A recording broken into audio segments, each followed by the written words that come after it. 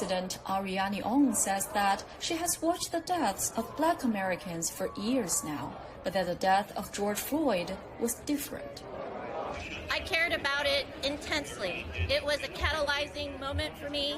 There had been a string of Black deaths, but this was the death that tipped me over to shifting my focus from Asian American activism into the broader Black struggle. I would also like to thank the Richard Montgomery High School staff. Racism against Asians and Asian Americans went up when the COVID-19 pandemic hit the U.S. soil. Lily Chi, a Maryland state legislator, says that the Asian and Black communities are together in this fight against discrimination and prejudice.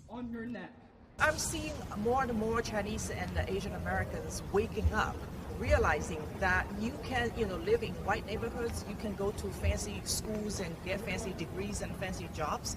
All it takes is one virus for you to be reminded that you are not quite American as you thought you are, right? So this is a wake-up call. The pandemic is a wake-up call. This national outrage over George Floyd's death is a wake-up call.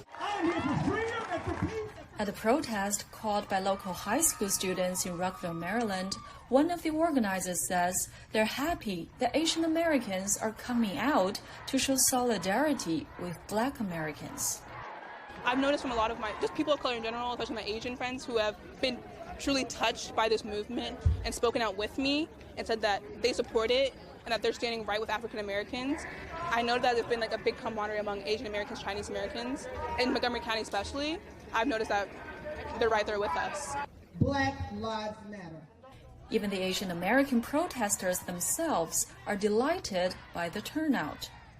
In the crowd, I've been very pleased to see a very diverse crowd, including several Asian Americans, particularly youth, but also I've been seeing adults as well. So that is very heartening, and I've also heard in the community there's been expressions of support and concern. We also demand that They also encourage new Asian immigrants to learn and participate. When people wear glasses and masks, you can't really tell who was Asian or not, but I saw quite a few and I was very impressed. As I said, as new communities and new Americans, it's our job to learn the history and the culture and the context and the struggles of this country. Asian Americans have a difficult history of their own. Hundreds of thousands of Japanese Americans were interned in camps during the World War II.